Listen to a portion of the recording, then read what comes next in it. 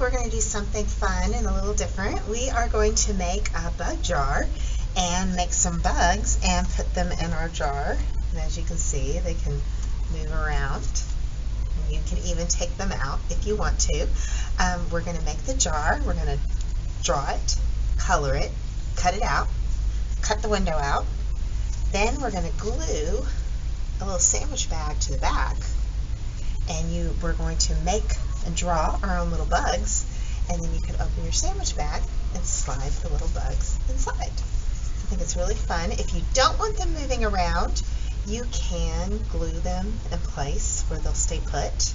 But if you want to be able to pull them out and play with them and move them and change them, add to them, then you probably don't want them to. So, but it's really cute. I'm really happy with it. I've made it 4 times myself. I made this one. I made one with little fireflies.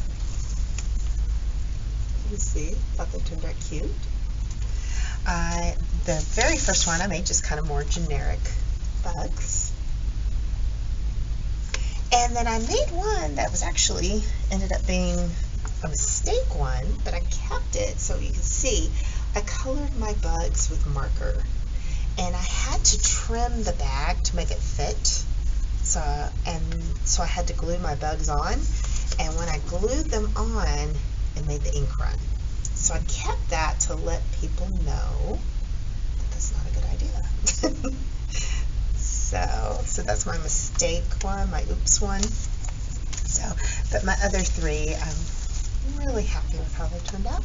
So this is one where I glued the bugs in place. They don't move at all. So if you want them to just stay put and like be perfect, you could do that.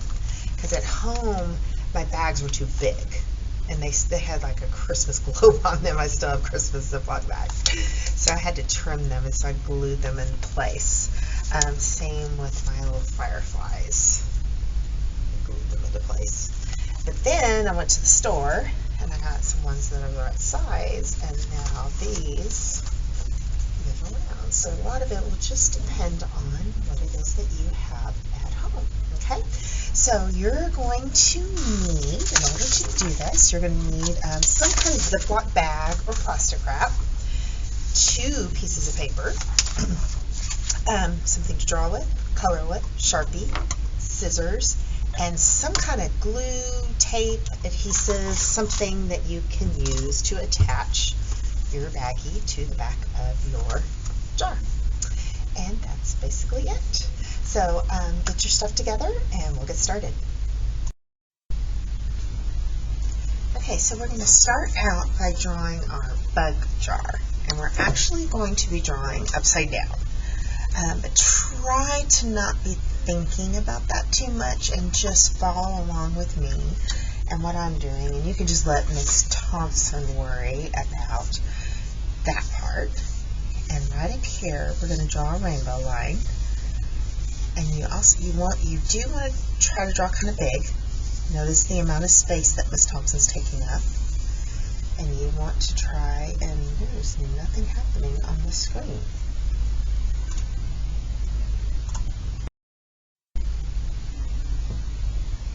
Okay, so we're going to start off drawing our bug jar, and it might seem a little strange to you at first the way we're going to be drawing it, but just try to trust Miss Thompson and that she knows what she's doing, and just follow along with me. And also pay attention to the size that I'm drawing on my paper, and try to fill up the same amount of space on your paper, because you don't want to end up with a teeny tiny jar, because you won't be able to put as many bugs in it, and it won't be as much fun. Okay? So we're going to start off up here at the top of the page, and we're going to draw sort of a rainbow line, but it's a rainbow line that doesn't bend very much. Okay? So I'm just going to start off with just a slight rainbow line. As usual, I'm drawing light and sketchy. Draw light until you know you have it right. Okay? And notice the amount of space that I'm taking up. I'm a little too far on that side. I'm going to move over just a bit.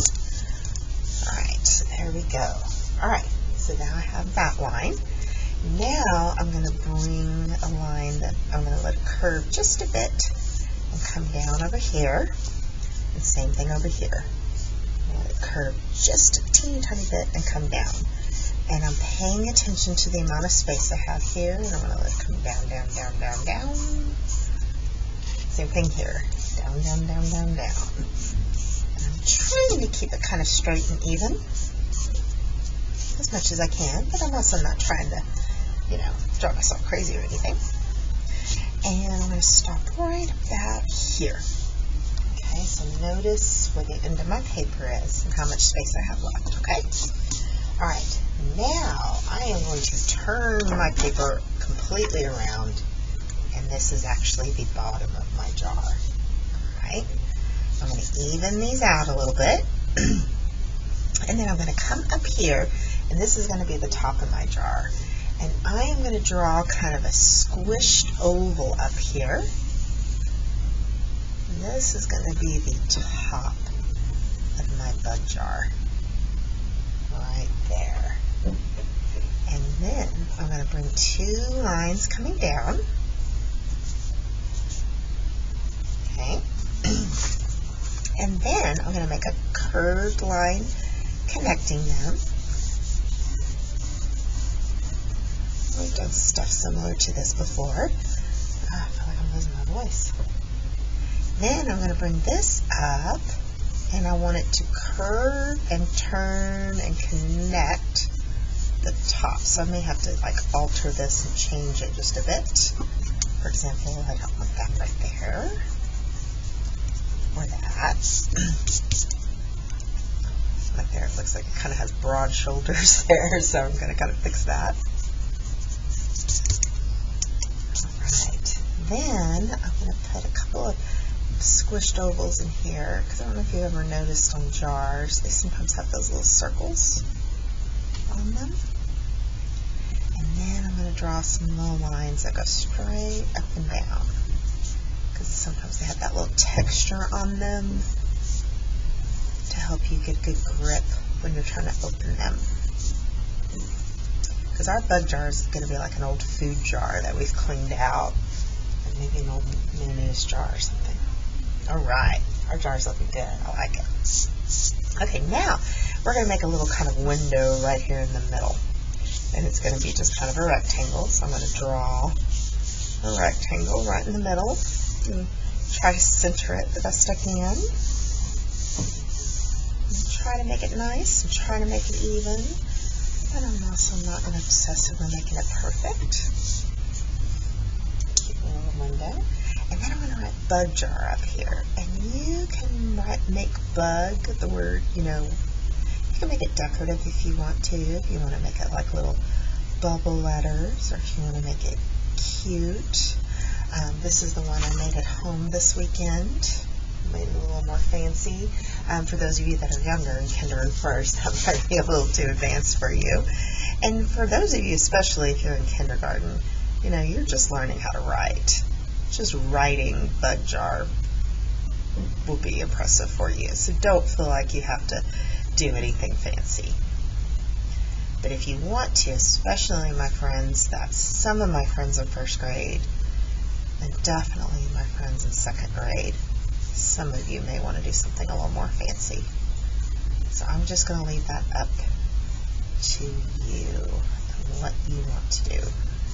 And that rhymes. I didn't do that on purpose. Alright, so there we go, bug jar. And then I recommend doing something kind of decorative. I'm going to do like an arrow.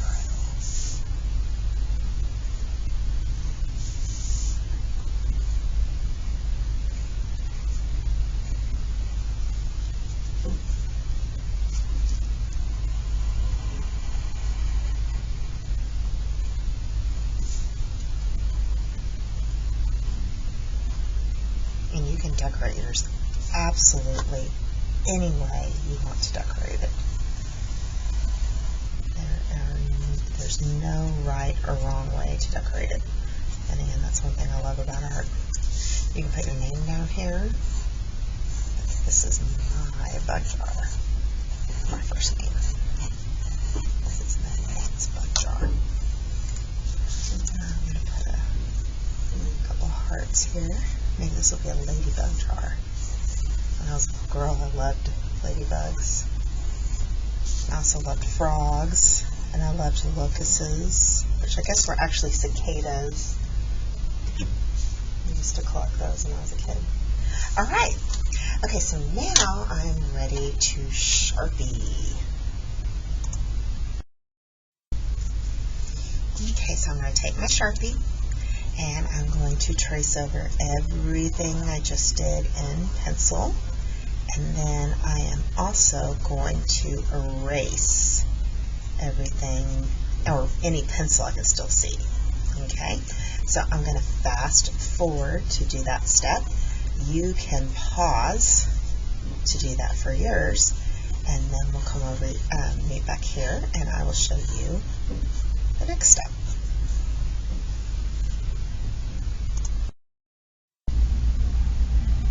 Okay, so now I've done all the sharpening and the erasing. So now I am ready to color my bug jar. Remember, you don't need to color this right here because we're going to end up cutting that part out. And remember, we'll also end up eventually cutting the jar out here. So if you end up coloring, for example, I'm going to color my jar this green color with my crayon. So if I end up coloring outside the lines here, or even here, it's going to be okay because I'm going to cut this out and I'm going to cut this out. Okay? But obviously I wouldn't want to color over the letters or the heart. So that's just one thing to keep in mind if you want to save yourself a little bit of time, because I will end up cutting it out, cutting the jar out, because again, here's my other example. That's what I'm trying to say. So hopefully that makes sense. If it doesn't make sense, just say in the lines, okay? So get your stuff together to color your jar. I'm going to fast forward. You can hit pause, and then I'll show you how to, we'll cut the jar out, and then I'll show you how to cut the middle part out, because some of you probably don't know how to do that yet. Okay, so now that I've got it colored, I'm going to cut my jar out from the paper. I'm not worrying about the middle right now. I'm just cutting out my actual jar. And for my friends in kindergarten, and maybe even a few of you in first grade, you may not be completely comfortable with cutting yet, but it is important that you practice. It's important that you do it yourself and you don't go and have someone do it for you, because practicing, is the only way you're going to get better. If you always have someone do it for you instead of doing it yourself, you're never going to get better. Just like if you have a soccer game and you're not very good at scoring goals, you wouldn't go over to the stands and say, "Hey Dad, go into my game and play my game for me." You would never do that.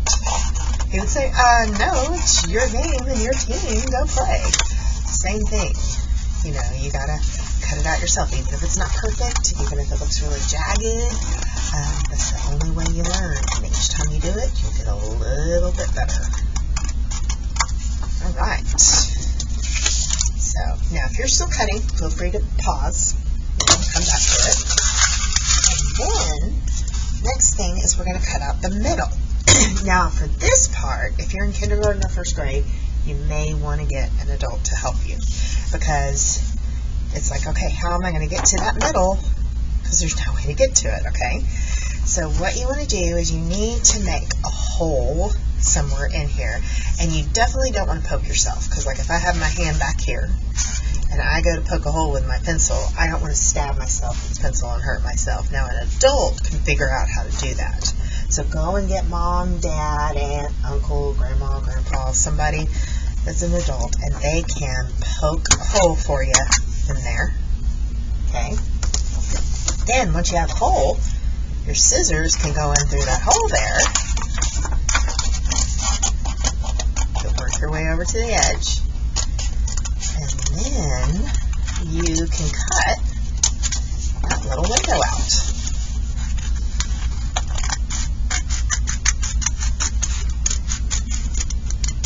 Pretty cool. Pretty slick, huh? So that's really the only trick. I always have kids get so hung up when they need to cut something out that's in the middle of their page. And they're like, how am I going to do this? How am I going to do this? You just got to get a hole in the middle somehow. You know, and you don't have to have your parents cut out the whole thing for you. You just need them to help you get a hold so no one gets hurt. Alright, and now we have a really cool hole in the middle. Alright, so now it's time, oh, one of my bugs just fell off. I have to fix that. Now it's time to make the little window for our bug. So you're going to need a bottle of glue and a sandwich bag, or like a little, Ziploc bag. Okay, so hit pause and go get some glue and a Ziploc baggie. Okay, so I went and got some glue. Now you do have choices with your glue. You could use like the clear glue. You could use regular glue. You could use like craft glue. This is my personal favorite, but I know a lot of you probably don't have this at home. If you don't have this at home, there's nothing wrong with just good old school glue. You could even possibly use a glue stick. I don't know how well it would hold on to the bag, so I would definitely make this your last choice, or even possibly tape. I'd actually maybe use tape before I'd use the glue stick, because I don't know how well a glue stick is going to hold on to plastic like this, okay?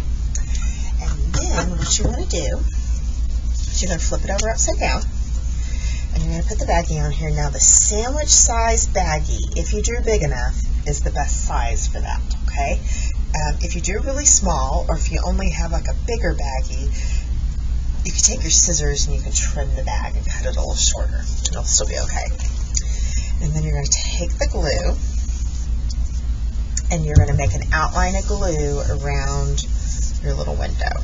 Now you probably won't be able to really see my glue because it's clear, but I'm going to make an outline of glue going all the way around. Okay. And notice I didn't do dots, I did an actual line of glue because it's going to be holding on to a little plastic baggie. I'm doing the opening at the top because I don't want my bugs to fall out. And I'm going to place my bag on there very gently. Kind of smooth it out. So I'm just gently rubbing it so the glue can kind of spread out and hold on to that baggie. Okay. And then I'm going to just kind of move it over to the side and I'm going to let that glue dry. You're going to need to give that glue some time to dry. And you need to let it just sit still. Maybe go set it somewhere else, let it dry, and let it sit still because you don't want to be playing with it and moving it around, okay? And so this is a good opportunity to begin making your little bugs, okay? So go get another piece of paper and we'll start making our bugs. Okay, so now you're going to make your little bugs.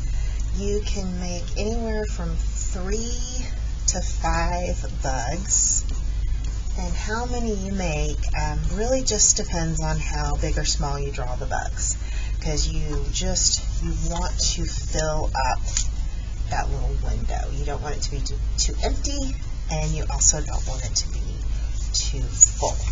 Okay, so and then again you can make any kind of bugs that you want to make. I'm going to start off making a little ladybug. I'm going to make a head, of course, and some cute little bulgy eyes. Okay, now obviously you wouldn't be able to see that part of her head. And then the little round part of her eyes. Little antennas. Probably should have just drew eyes first. Little mouth, cute little round body, and little spots, which I'll make look cuter when I color her, and then some legs.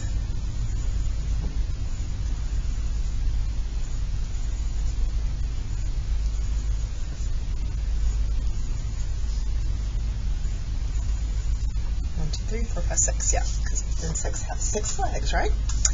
Alright, now let's do kind of a dragonfly sort of bug. I'm going to do the eyes first this time. So I have to do the erasing. And you do not have to do the exact same bugs as me. you can draw them. You could draw completely different bugs. So if you want to just fast forward, you know, go on and draw your own bugs that you want. You do not have to do the same ones as me. Or if you want to do the exact same ones as me. Or maybe you just want to do a few of the same ones as me and some different ones. You know, whatever you prefer. It is your picture. You're the artist. Alright, how about a bee? One of those new schools they're building right now is going to be, their little mascot's going to be the Busy Bees. I think that's so cute. I'm going to do the eyes first.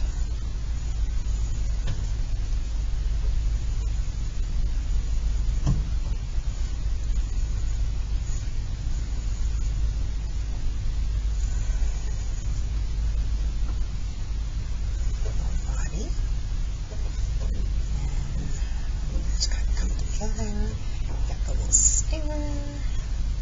It's funny, I like bees, but I'm allergic to bees.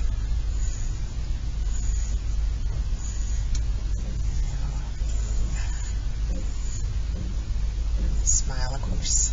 They're so cute.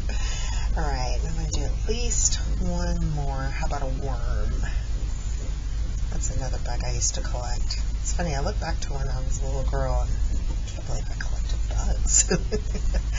Like now there's no way I would even touch one. I can't believe I used to collect them. It's just nuts. What was I thinking? Alright, so there are my 4 bugs. And again, you can draw anywhere from 3 to 5. Then I recommend sharpening them unless they're too small. If they're too small that you can't, and it would just end up being a black blob, then of course you don't have to. And then you want to color them. Now when you color them, I highly recommend that you use crayons. And let me show you why. Yesterday I made 3. I made this one with little fireflies, and I colored them with crayons. They turned out cute. I made this one, which is various bugs, colored them with crayons. It turned out cute. And then I made the ones that were actually the cutest bugs out of all the ones I made, but I colored them with markers. But when I glued them to the plastic, look what happened. Because they were washable markers. So don't use markers on your bugs. Learn from my mistakes. Okay? So keep that in mind when you're coloring. And unless you have some waterproof markers, like actual Sharpie brand or something, just stick to crayons, okay? So hit pause, finish your bugs, and then I will fast forward, finish my bugs, and then I'll show you what we're going to do with them.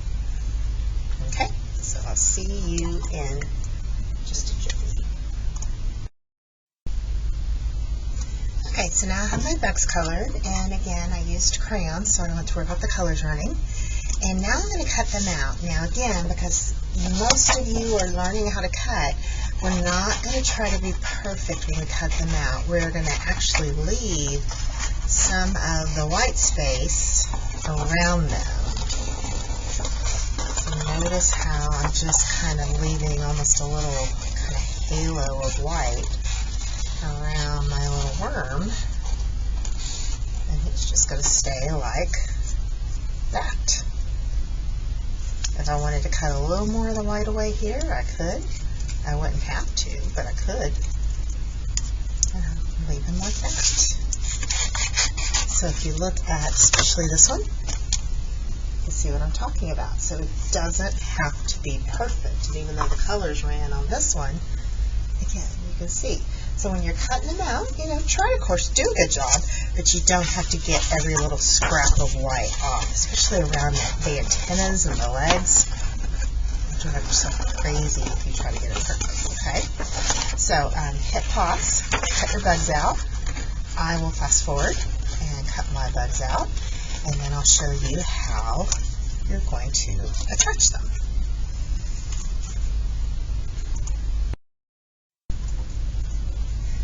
Okay, now let's talk about attaching our bugs. Now, my bag and my jar are still trying to dry, so I have to still be careful with it. Okay, as you can see, it's looking really good. Now, I have a couple different options.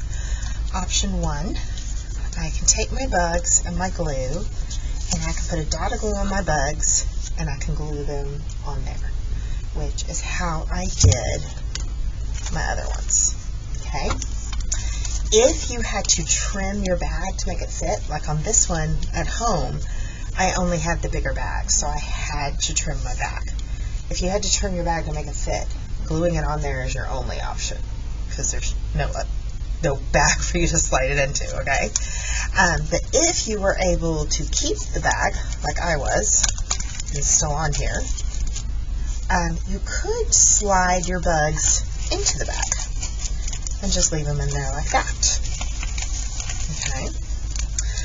But one thing to keep in mind is they will move around. They will slide around and move around. Some of you may like that. Some of you may not like that.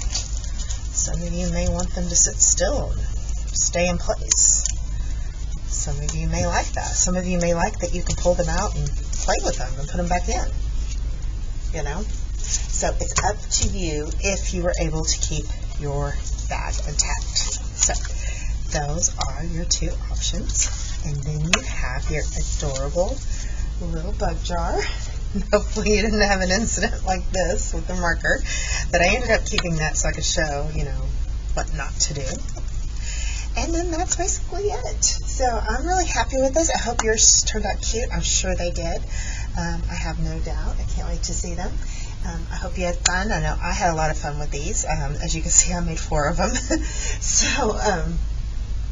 So thank you for watching. I hope you had fun, and I will see you soon.